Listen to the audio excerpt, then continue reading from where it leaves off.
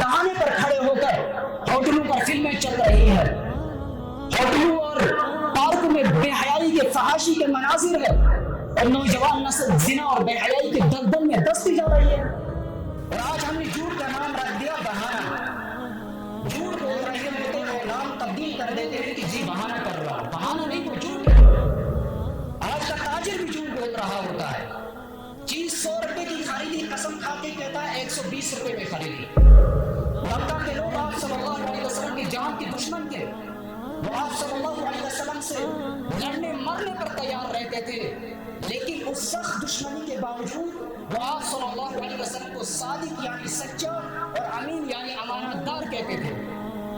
ان کا ماننا تھا کہ کچھ بھی ہو جائے آپ صلی اللہ علیہ وسلم کی زبان پر کبھی جھوٹ نہیں آ سکتا۔ آپ صلی اللہ علیہ وسلم نے فرمایا قرب قیامت میں شراب پینا عام ہو جائے گا اور ریشم کا لباس بھی عام ہو جائے گا، موسیقی کے آلات کو لوگ اپنے لیے حلال سمجھیں گے۔ اس لیے اگر کہیں بھی بے حیائی ہو رہی ہو تو مسلمان کو ضروری تھا کہ اس کو روکے۔ آپ صلی اللہ علیہ وسلم نے ارشاد فرمایا کہ اگر تم میں سے کوئی بھی آدمی برائی کو دیکھے، بے حیائی کو دیکھے، تو اسے چاہے کہ وہ اسے روکے۔ علیہ وسلم نے فرمایا لا تقوم الساعة حتى تظهر الفتن ويكثر الكذب، کہ جھوٹ بولنا کثرت کے ساتھ ہوگا۔ آج ہم دیکھ رہے ہیں کہ جھوٹ بھی عام ہو رہا ہے، سچ بولنے والے لوگ 100 میں 10 بھی نہیں ملتے۔ جھوٹ اتنا عام ہو چکا ہے، دیندار لوگ بھی، نیک اور صلحاء بھی، آج ان کی زبانوں پر بھی جھوٹ ہے۔ اور آج ہم نے جھوٹ کا نام رکھ دیا بہانہ۔ جھوٹ بول رہے ہوتے اور نام تبدیل کر دیتے ہیں کہ جی بہانہ کر رہا ہوں، بہانہ نہیں وہ جھوٹ ہے۔ آج کا تاجر بھی جھوٹ بول رہا ہوتا ہے، چیز 100 روپے کی خریدی، قسم کھا کے کہتا ہے 120 روپے میں خریدی۔ چیز کے اندر عیب موجود ہے، عیب چھپا رہے ہوتے ہیں، ظاہر نہیں کر رہے ہوتے ہیں۔ دیندار لوگوں کے اندر بھی جھوٹ کا رواج ہو گیا، تو یہ وہ علامت ہے جس میں فجار و فساق تو مبتلا تھے ہی، صالحین بھی مبتلا ہو گئے، گنہگار تو اس میں تھے ہی، نیک لوگ بھی جھوٹ کے اندر عام ہو گئے۔ تو میرے محترم بزرگوں دوستو، اس سے بچنا ہے۔ ہمارے پیارے حضرت محمد مصطفیٰ صلی اللہ علیہ وسلم کی سیرت پاک کا ایک روشن پہلو یہ ہے کہ آپ صلی اللہ علیہ وسلم کی سیرت، ان کی سچائی اور دیانت داری کے گواہ صرف آپ صلی اللہ علیہ وسلم کے اپنے ہی نہیں، بلکہ آپ صلی اللہ علیہ وسلم کے بدترین دشمن بھی تھے۔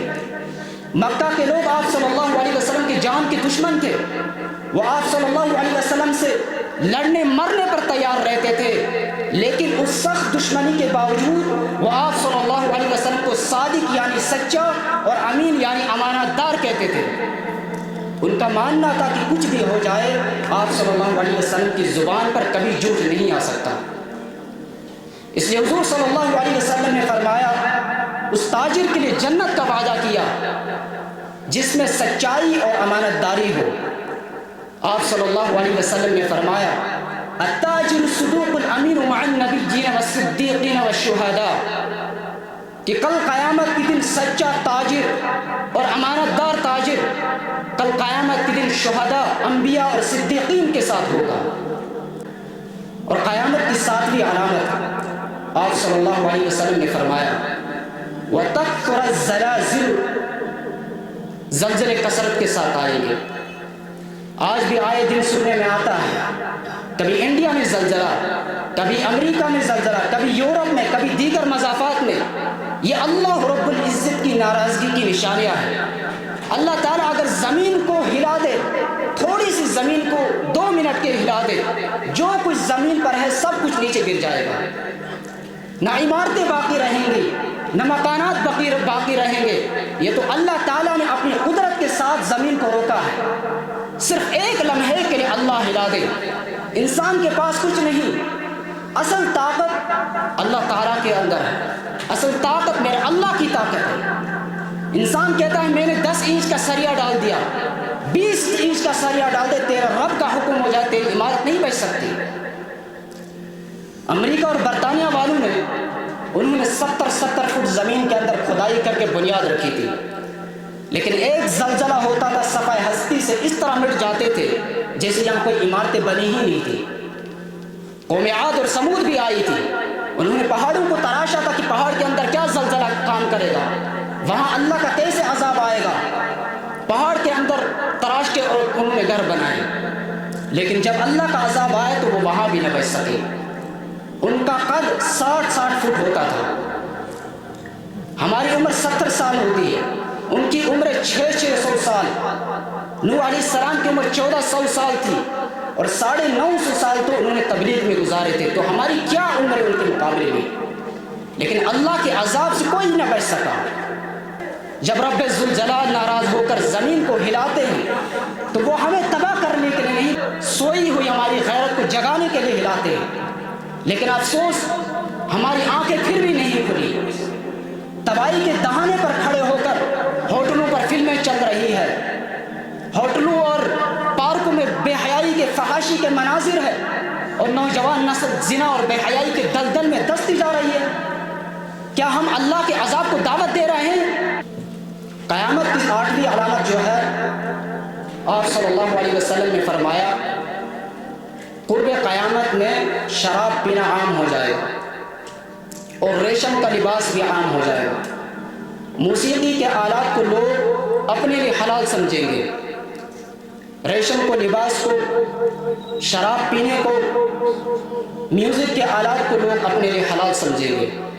نبی اکرم صلی اللہ علیہ وسلم نے ارشاد فرمایا لَيَكُونَنَّ مِنْ أُمَّتِي أَقْوَامٌ، ضرور بالضرور میری امت میں ایسی قومیں آئیں گی یستحلون الخز، وہ ریشم کو اپنے لیے حلال سمجھیں گے، والحریر والخمر والمعازف، شراب کو اپنے لیے حلال سمجھیں گے۔ یعنی آپ صلی اللہ علیہ وسلم نے علامت یہ بیان فرمائی کہ قرب قیامت میں شراب کا عام ہو جائے گا، ریشم کا لباس عام ہو جائے گا۔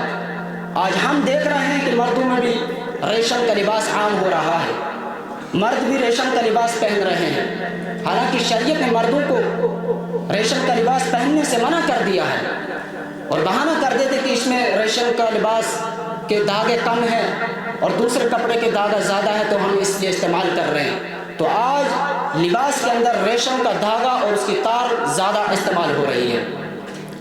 دوسری بات آپ صلی اللہ علیہ وسلم نے فرمائی کہ شراب پینا عام ہو جائے گا۔ آج ہم دیکھ رہے ہیں شراب پینا بھی عام ہو رہا ہے، باقاعدہ شراب کی دکانیں بن چکی ہیں، اگر کسی سے شراب کی بوتل پکڑی جائے تو اس کے لیے تو سزا ہے، لیکن جو شراب بیچ رہا ہے اسے باقاعدہ لائسنس دیا ہوا ہے، جو شراب بیچ رہا ہے اس پہ پابندی نہیں، گاڑی میں شراب کی بوتل پکڑی جائے اس پر FIR کاٹ گئی، جو شراب بیچنے والے ہیں ان کو تحفظ دیا جا رہا ہے۔ یہ شراب کہاں بک رہی ہے؟ ہمارے کشمیر میں تو بک رہی ہے، ہمارے علاقوں میں تو بک رہی ہے، یہ شراب خانے تو یہیں بنے ہوئے ہیں، معاذ اللہ زنا کے جو اڈے بنے ہوئے وہ تو یہاں کشمیر میں بنے ہوئے ہیں۔ کیا یہ سب ان چیزوں سے واقف نہیں ہے؟ سب واقف ہیں، یہ ادارے سب ان چیزوں سے واقف ہیں، لیکن رب کا حکم ٹوٹے کسی کے دل پہ کوئی ناگواری نہیں آتی، وہ ایمانی حرارت ختم ہو گئی، ایمانی جذبہ وہ ختم ہو گیا جو مسلمان یہ دیکھ کر اٹھ کھڑے ہو جاتے۔ اس لیے اگر کہیں بھی بے حیائی ہو رہی ہو تو مسلمان پہ ضروری تھا کہ اس کو روکے۔ آپ صلی اللہ علیہ وسلم نے ارشاد فرمایا کہ اگر تم میں سے کوئی بھی آدمی برائی کو دیکھے، بے حیائی کو دیکھے تو اسے چاہے کہ وہ اسے روکے۔ آپ صلی اللہ علیہ وسلم نے فرمایا اسے سب سے پہلے چاہے کہ وہ اسے اپنے ہاتھ سے روکے، فَإِن لَمْ يَسْتَطِعْ، اگر وہ اس کی بھی طاقت نہیں رکھتا، فَبِلِسَانِ، زبان سے منع کرے، اگر زبان سے بھی طاقت نہیں رکھتا، فَإِن لَمْ يَسْتَطِعْ فَبِقَلْبِهِ وَذَلِكَ أَضْعَفُ الْإِيمَانِ، تو اپنے دل میں برا سمجھے اور یہ ایمان کا سب سے کم درجہ ہے۔ اس لیے اگر کہیں بھی برائی ہو رہی ہو تو ہم پہ ضروری ہوتا ہے کہ ہم اسے سمجھائیں، اسے منع کریں۔ آج نوجوانوں کو ان کی زندگیوں کو برباد کیا جا رہا ہے چند پیسوں کی خاطر۔ آج چھوٹے چھوٹے بچے 12-14 سال کے سنیما ہال اور ہوٹلوں پر جا کر فحش پروگرام دیکھ کر اپنی زندگی برباد کر رہے ہیں، اور یہ ظالم دولت اور پیسے کی خاطر مسلمان کی اولادوں کو تباہ کر رہے ہیں، اور ایک مسلمان دیکھ بھی رہا ہوتا ہے لیکن اس کے خلاف کوئی کھڑا نہیں ہوتا۔ اور صلی اللہ علیہ وسلم نے فرمایا کہ قرب قیامت میں شراب پینا بھی عام ہو جائے گا، ریشم کے لباس کا بھی عام ہو جائے گا، میوزک کے آلات کو بھی لوگ اپنے لیے حلال سمجھیں گے۔ اللہ رب العزت ڈیل ضرور دیتا ہے، وہ مہلت دیتا ہے، لیکن ان کی پکڑ جو ہے وہ سخت ہے۔ ان بطش ربک لشدید، تیرے رب کی پکڑ بڑی سخت ہے۔ اللہ نے جن کو پکڑا عبرت کا نشانہ بنا دیا۔ قوم عاد اور سمود کو جب اللہ نے پکڑ کا نشانہ بنایا تو ان میں سے کوئی بھی نہ بچ سکا۔ ان کا قد تو 60 فٹ تھا، انہوں نے پہاڑوں کو تراش کے اپنے گھر بنائے تھے، لیکن اسرافیل علیہ السلام نے سور پھونکے تو ان کے کلیجے پھٹ گئے۔ فخسفنا به وبداره الارض، اور جو زندہ بچ گئے اللہ تعالیٰ نے ان کو زمین میں دسا دیا۔ فجعلنا عاليها سافلها وامطرنا عليها حجارة من سجيل، اللہ تعالیٰ نے زمین کو اوپر اٹھا اوپر سے نیچے پٹک دیا، اور اللہ تعالیٰ نے ان کے اوپر پتھروں کی بارش کر دی۔ تو اللہ تعالیٰ مہلت دیتا ہے لیکن ان کی پکڑ جو ہے وہ سخت ہے۔ تو قیامت کی 9ویں علامت جو آپ صلی اللہ علیہ وسلم نے فرمائی، وہ آپ صلی اللہ علیہ وسلم نے فرمایا جب معاملات نااہل لوگوں کے سپرد کر دیے جائیں گے۔ آج ہم دیکھ رہے ہیں کہ قیامت کی یہ علامت بھی پوری پائی جا رہی ہے کہ جتنے بھی معاملات ہیں دیکھنے میں تقریباً ان میں نااہل لوگ ان معاملات کو کر رہے ہیں۔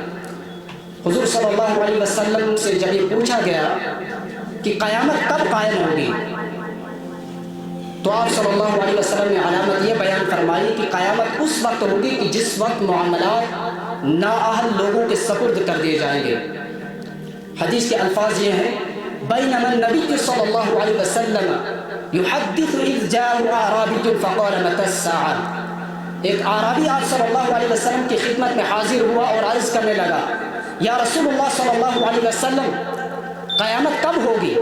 تو آپ صلی اللہ علیہ وسلم نے فرمایا اذا ضیعت الامانۃ، جب امانت کو ضائع کیا جائے گا، فانتظر الساعہ، تو تم قیامت کا انتظار کرنا۔ اس نے پوچھا کیف اذاعتها، یہ امانت کیسے ضائع ہو جائے گی؟ تو رسول اللہ صلی اللہ علیہ وسلم نے فرمایا اذا وسد الامر الى غیر اہلہ امر فانتظر الساعہ، جب معاملات نااہل لوگوں کے سپرد کر لیے جائیں گے تو تم قیامت کا انتظار کرنا۔ آج ہم دیکھ رہے ہیں جس شعبے کو بھی دیکھیں وہاں نااہل لوگ آ گئے۔